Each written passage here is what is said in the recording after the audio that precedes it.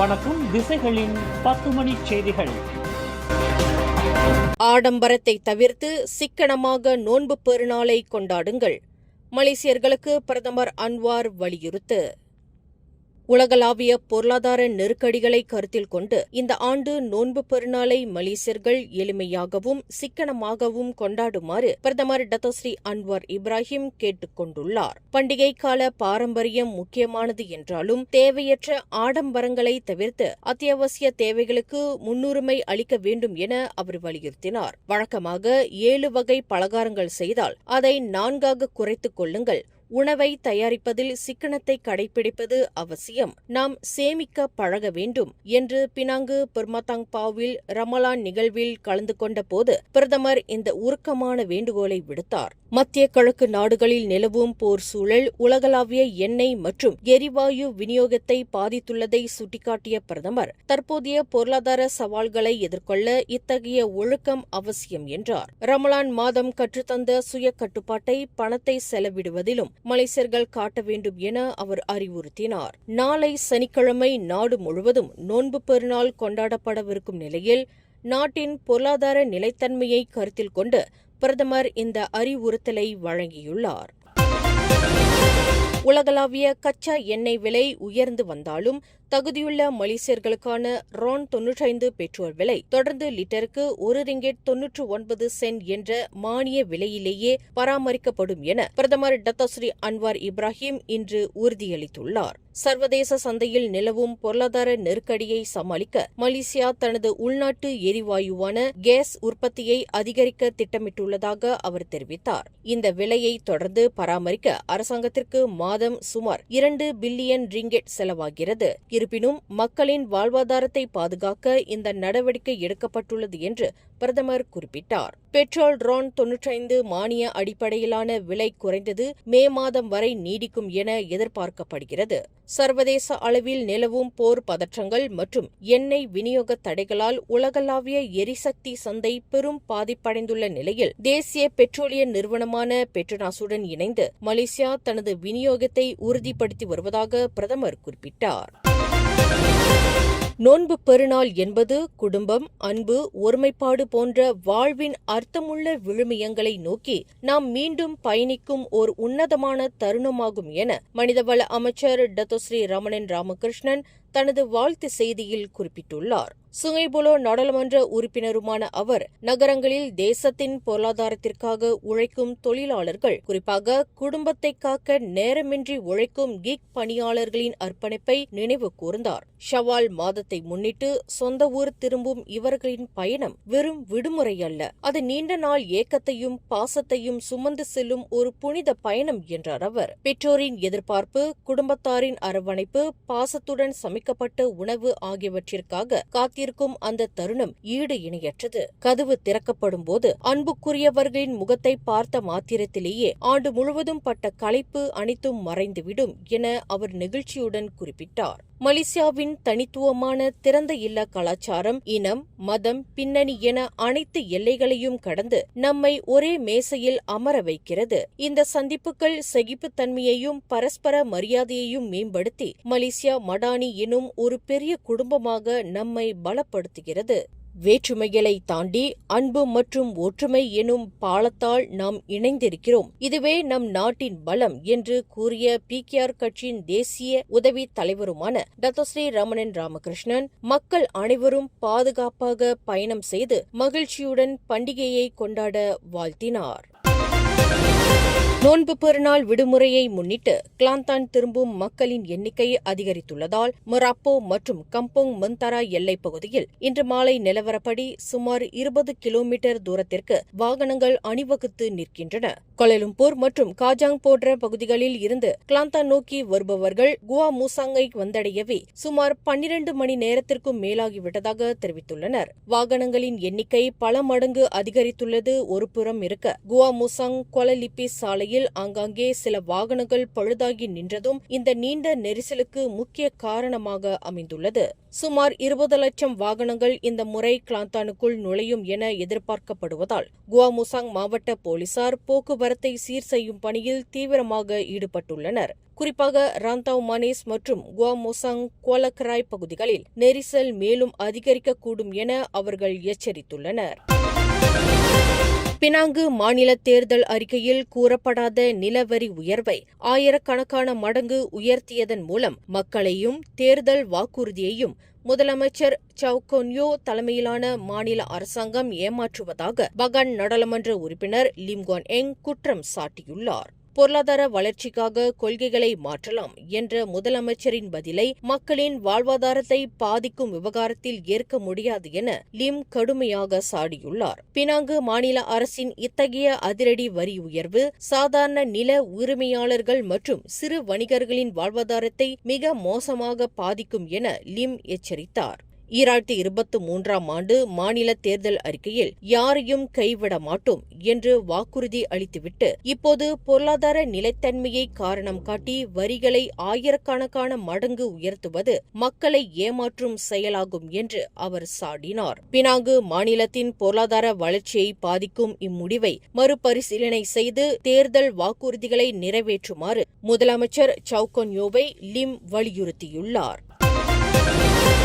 மலேசிய இசை ஜாம்பவான் மூத்த பாடகர் டத்தோ டிஜே டேவ் 1970களில் வெளியான ஹரிராயா பாடல்களின் ஈடு இணையற்ற மெல்லிசை மற்றும் ஆன்மாவை இன்றைய நவீன காலத்திலும் மிஞ்ச முடியாது என நெகிழ்ச்சியுடன் தெரிவித்துள்ளார். 50 ஆண்டுகளை கடந்தும் முஞ்சலாங் ஹரிராயா போன்ற பாடல்கள் நிலைத்திருப்பதற்கு இசையமைப்பாளர் டத்தோ எஸ் அத்தானின் பங்களிப்பே காரணம் என புகழாரம் சூட்டிய அவர் மலேசிய கலைஞர் நல வாரியத்தின் மூலம் நலிவடைந்த கலைஞர்களுக்கு நிதி உதவியும் வழங்கி வருவதை பெருமையாக கருவதாக குறிப்பிட்டார். ஹரிராயாவின் இந்த உன்னத நாளில் டத்தோ டிஜே டேவ் ஒரு முக்கியமான உண்மையையும் மக்களுடன் பகிர்ந்து கொண்டார். இன்றைய நவீன தொழில்நுட்பம் மற்றும் அதிவேக இசை உலகிலும் 1970களில் பாடல்கள் நிலைத்து நிற்பதற்கு காரணம் அவற்றின் எளிமையும் ஆழமான உணர்வுகளுமே ஆகும். அக்கால பாடல்கள் வெறும் இசை அல்ல, அவை நம் மண்ணின் மனம் வீசும் நினைவலைகள் என்று குறிப்பிட்ட டிஜே டேவ் இன்றும் வானொலியில் அந்த பழைய பாடல்கள் ஒலிக்கும் போது கிடைக்கும் அதே உற்சாகமும் மன நிறைவும் புதிய பாடல்களில் கிடைப்பது சவாலாகவே உள்ளது என தெரிவித்துள்ளார். ஏர் ஏசியா நிறுவனத்தின் தோற்றுநரும் மலேசியாவின் முன்னணி தொழிலதிபருமான தான்ஸ்ரீ டானி பெர்னாண்டஸ் தனக்கு முதல் பேத்தி பிறந்துள்ளதை சமூக ஊடகங்கள் வாயிலாக நெகிழ்ச்சியுடன் பகிர்ந்துள்ளார். தனது பேத்திக்கு ஒலிவியா ரோஸ் என பெயரிடப்பட்டுள்ளதாக டானி அறிவித்துள்ளார். தனது சமூக ஊடக பக்கத்தில் பிறந்த குழந்தையை தூக்கி வைத்திருக்கும் புகைப்படத்தை பகிர்ந்துள்ள அவர், இந்த உலகிற்கு உன்னை வரவேற்கிறேன் ஒலிவியா ரோஸ். அம்மா மற்றும் அப்பா இருவரும் சிறப்பாக செயல்படுகிறார்கள். நான் இப்போது ஒரு தாத்தா என்று பதிவிட்டுள்ளார். மலேசியாவில் தாத்தா என்பதை குறிக்க டத்தோ என்ற சொல் பயன்படுத்தப்படுவதால் டானி பெர்னாண்டஸ் இப்போதுதான் உண்மையான டத்தோ அந்தஸ்தை பெற்றுள்ளார் என இணையவாசிகள் வேடிக்கையாகவும் அன்பாகவும் வாழ்த்துக்களை தெரிவித்து வருகின்றனர். 61 வயதான டானி பெர்னாண்டஸுக்கு ஏற்கனவே 3 குழந்தைகள் உள்ளனர். 2021ஆம் ஆண்டுதான் அவருக்கு 3வது அலியா எனா என்ற மகள் பிறந்தது குறிப்பிடத்தக்கது. இந்த மகிழ்ச்சியான தருணத்தில் அவரது ரசிகர்கள் மற்றும் சக தொழிலதிபர்கள் என பலரும் டானி பெர்னாண்டஸுக்கும் அவரது குடும்பத்தினருக்கும் சமூக ஊடகங்களில் வாழ்த்துக்களை குவித்து வருகின்றனர். புத்ராஜயா பிரிசின்ட் ஒன்றில் தாமான் வெட்லேண்ட் நோக்கி சென்று கொண்டிருந்த புரோட்டோன் சாகா கார் ஒன்று கட்டுப்பாட்டை இழந்து சாலையோர மரத்தில் மோதியது. இந்த விபத்தில் காரில் பயணம் செய்த 2 ஆடவர்கள் சம்பவ இடத்திலேயே உயிரிழந்தனர். காரில் இருந்த மற்ற 4 பலத்த காயமடைந்தனர். மோதிய வேகத்தில் காரில் இருந்தவர்கள் வெளியே தூக்கி வீசப்பட்டதாக தெரிகிறது. இந்த சம்பவம் தொடர்பில் தீயணைப்பு மீட்புத் துறையினர் மதியம் சுமார் 11:58 மணியளவில் அவசர அழைப்பை பெற்றது. பிரிசின் 14 நிலையத்தைச் சேர்ந்த மீட்புக் குழுவினர் சம்பவ இடத்திற்கு விரைந்து வந்து காயமடைந்தவர்களை மருத்துவமனைக்கு அனுப்பி வைத்தனர். காயமடைந்தவர்கள் புத்ராஜயா மருத்துவமனையில் தீவிர சிகிச்சை பிரிவில் அனுமதிக்கப்பட்டுள்ளனர். விபத்து நடந்த இடத்தில் போக்குவரத்து சீர் செய்யும் பணிகளுக்காக சில மரக்கிளைகள் அகற்றப்பட்டன. பட்டாலிங் ஜெயா மலாயா பல்கலைக்கழக மருத்துவமனையில் கடந்த மாதம் அனுமதிக்கப்பட்ட 59 வயது தொழிலதிபர் பிராங்கி விக்டர் என்ஜியோகிராம் சிகிச்சைக்கு பிறகு உயிரிழந்தது தொடர்பாக அம்மருத்துவமனை நிர்வாகம் தற்போது விசாரணையை தொடங்கியுள்ளது. கடந்த பிப்ரவரி 20ஆம் தேதி மாரடைப்பு காரணமாக அனுமதிக்கப்பட்ட விக்டர் ஸ்டென்ட் பொருத்தப்பட்ட அடுத்த நாளே உயிரிழந்தார். விக்டரின் மனைவி சாந்தி கூறுகையில், தனது கணவருக்கு பொருத்தப்பட்டிருந்த ஆக்ஸிஜன் கருவி திடீரென நின்றதாகவும், ஆனால் இருந்த தாதியர் அது சாதாரணமானது என்று கூறி அலட்சியப்படுத்தியதாகவும் குற்றம் சாட்டியுள்ளார். தனது கணவருக்கு மயக்க மருந்து அளிப்பதற்கு ஒப்புதல் பெறப்படவில்லை என்றும், மருத்துவமனை ஊழியர்கள் ஒவ்வொருவரும் முரண்பட்ட விளக்கங்களை அளிப்பதாகவும் அவர் சாடியுள்ளார். இந்த விவகாரம் குறித்து முழுமையான மற்றும் வெளிப்படையான விசாரணை நடத்தப்பட வேண்டும் என பாதிக்கப்பட்ட குடும்பத்தினர் கோரிக்கை விடுத்துள்ளனர். இதுகுறித்து கடந்த மார்ச் 18ஆம் தேதி சாந்திக்கு மின்னஞ்சல் அனுப்பியுள்ள மலாயா பல்கலைக்கழக மருத்துவமனை நிர்வாகம், மருத்துவமனை அளவில் விசாரணை தொடங்கப்பட்டுள்ளது. அதன் முடிவுகள் விரைவில் தெரிவிக்கப்படும் என உறுதியளித்துள்ளது. புதிய கிள்ளான் பள்ளத்தாக்கு அதிவேக நெடுஞ்சாலையான NKVயில் போலீசாருக்கும் சந்தேக நபர் ஒருவருக்கும் இடையே நடந்த அதிரடி துரத்தலுக்கு பிறகு தேடப்பட்டு வந்த ஒரு நபர் பிடிபட்டார். நேற்று ரோந்து போலீசார் வழக்கமான கண்காணிப்பில் ஈடுபட்டிருந்த போது சந்தேகத்திற்கு இடமான வகையில் ஒரு கார் செல்வதை கண்டனர். அந்த வாகனத்தை நிறுத்த சொன்னபோது ஓட்டுநர் வேகத்தை அதிகரித்து தப்பிக்க முயன்றார். நெடுஞ்சாலையில் பல கிலோமீட்டர் தூரம் சினிமா பாணியில் இந்த துரத்தல் நீடித்தது. தப்பிக்க முயன்ற கார் பிற வாகனங்கள் மற்றும் சாலை தடுப்புகளில் மோதி நின்றது. வாகனத்தை சோதித்த போது அதில் இருந்த நபர் போலீசாரால் தேடப்பட்டு வந்த குற்றவாளி என்பது உறுதி செய்யப்பட்டது. அவரிடமிருந்து சில சட்டவிரோத பொருட்கள் மற்றும் ஆயுதங்கள் பறிமுதல் செய்யப்பட்டதாக தெரிகிறது. அந்த நபர் பல்வேறு குற்ற வழக்குகளில் தொடர்புடையவர் என்றும், தற்போது அவர் மீது ஆபத்தான முறையில் வாகனம் ஓட்டுதல் மற்றும் போலீசாரின் கடமையை தடுத்தல் உள்ளிட்ட பிரிவுகளின் கீழ் வழக்கு பதிவு செய்யப்பட்டுள்ளது. இந்த துரத்தலின் போது வேறு யாருக்கும் பெரிய அளவில் காயங்கள் ஏற்படவில்லை என்று போலீசார் உறுதிப்படுத்தியுள்ளனர். சரம்பானில் உள்ள பள்ளி மாணவர்களை குண்டர் கும்பலில் சேருமாறு தூண்டியதாக கூறப்படும் 20 வயது இளைஞர் ஒருவரை போலீசார் கைது செய்துள்ளனர். கடந்த செவ்வாய்க்கிழமை இரவு 9:10 மணியளவில் சரம்பான் கார்டன் ஓம்ஸ் பகுதியில் உள்ள ஒரு உணவகத்தின் முன்புறம் அந்த இளைஞர் பிடிபட்டார். நகரி சம்பிலான் குண்டர் கும்பல்கள் துடைத்தொழுப்பு போலீஸ் பிரிவான D7 இந்த நடவடிக்கையை மேற்கொண்டது. கைது செய்யப்பட்ட நபருக்கு ஏற்கனவே 4 குற்ற பின்னணிகள் உள்ளன. 1966ஆம் ஆண்டு குண்டர் கும்பல் சட்டம் 45வது பிரிவின் கீழ் விசாரணைக்காக அவர் 3 நாட்கள் தடுத்து வைக்கப்பட்டுள்ளார் என்று சரம்பான் மாவட்ட போலீஸ் தலைவர் அசஹார் அப்துல் ரஹீம் தெரிவித்தார். கடந்த மார்ச் 12ஆம் தேதி சரம்பானில் 6ஆம் ஆண்டு மாணவர்களிடையே ஏற்பட்ட ஒரு மோதல் குறித்து போலீசாருக்கு புகார் கிடைத்தது. இதுகுறித்து விசாரித்தபோது சில வெளியார் கும்பல்கள் மாணவர்களை சட்டவிரோத குழுக்களில் சேர தூண்டுவது தெரியவந்தது.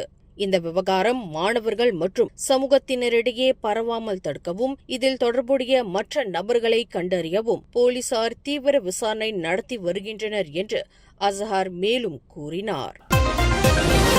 இன்று காலையில் சரவா ஸ்ரீயாமன் செரியான் இடையிலான பென் போர்னியோ நெடுஞ்சாலையில் கம்போங் சிலேப்போங் ஜிங்காவ் அருகே 2 வாகனங்கள் மோதிக்கொண்டதில் 3 பேர் உயிரிழந்தனர். விபத்துக்குள்ளான புரோட்டோன் X70 காரில் பயணம் செய்த 70 வயது முதியவர் லவ் சி துங் மற்றும் 22 வயதுடைய Grace Love C I Love Yokle ஆகிய 2 இளம்பெண்கள் சம்பவ இடத்திலேயே உயிரிழந்தனர். அதே காரில் இருந்த 2 சிறுவர்களுக்கு தலையில் பலத்த காயம் ஏற்பட்டுள்ளது. அவர்களுக்கு முதலுதவி சிகிச்சை அளிக்கப்பட்ட பின் சிகிச்சைக்காக மருத்துவமனைக்கு கொண்டு செல்லப்பட்டனர். சரவாத் தீயணைப்பு மற்றும் மீட்புத்துறை வீரர்கள் சம்பவ இடத்திற்கு விரைந்து வந்து காரில் சிக்கியிருந்தவர்களின் உடல்களை மீட்டனர். பிரதமர் டத்தோஸ்ரீ அன்வார் இப்ராஹிம் பள்ளி மாணவர்களிடமிருந்து தமக்கு கிடைத்த ஆக்கப்பூர்வமான நோன்பு பெருநாள் வாழ்த்து அட்டைகளை கண்டு நெகிழ்ச்சியடைந்துள்ளார். ஒவ்வொரு ஆண்டும் பெருநாள் காலங்களில் பிரதமருக்கு பொதுமக்கள் மற்றும் மாணவர்களிடமிருந்து ஏராளமான வாழ்த்து அட்டைகள் வருவது வழக்கம். இந்த ஆண்டு தொடக்கப்பள்ளி மாணவர்கள் தங்களின் கைவண்ணத்தில் உருவாக்கிய வண்ணமயமான அட்டைகள் பிரதமரின் கவனத்தை ஈர்த்துள்ளன. தனது சமூக ஊடக பக்கத்தில் இந்த அட்டைகளை பகிர்ந்துள்ள அன்வார், குழந்தைகளின் இந்த தூய்மையான அன்பும் ஆக்கத்திறனும் என்னை நெகிழ்வடைய செய்கிறது. அவர்களின் வாழ்த்துக்கள் எனக்கு புத்துணர்வை தருகின்றன என்று குறிப்பிட்டுள்ளார். மாணவர்கள் கைகளால் வரைந்த படங்கள், அழகான கவிதைகள் மற்றும் மடானி கொள்கையை பிரதிபலிக்கும் வாசகங்கள் அந்த அட்டையில் இடம்பெற்றிருந்தன. சில மாணவர்கள் நாட்டின் முன்னேற்றத்திற்கான தங்களது குட்டி ஆசைகளையும் அதில் எழுதியிருந்தனர். பல்வேறு இனங்களைச் சேர்ந்த மாணவர்கள் ஒன்றிணைந்து இத்தகைய வாழ்த்துக்களை அனுப்பியிருப்பது மலேசியாவின் பன்முகத்தன்மை மற்றும் ஒற்றுமையை பறைசாற்றுவதாக பிரதமர் பெருமிதம் கொண்டார்.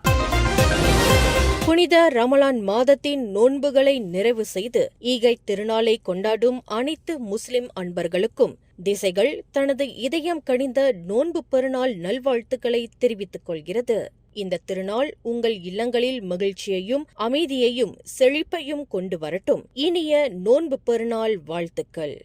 மேலும் செய்திகளை தெரிந்து கொள்ள கீழே இருக்கும் பெல் பட்டனை அழுத்துங்கள். உங்கள் மகிழ்ச்சியை வெளிப்படுத்த லைக் மற்றும் ஷேர் செய்யுங்கள். தொடர்ந்து திசைகளோடு இணைந்திருக்க சப்ஸ்கிரைப் செய்யுங்கள்.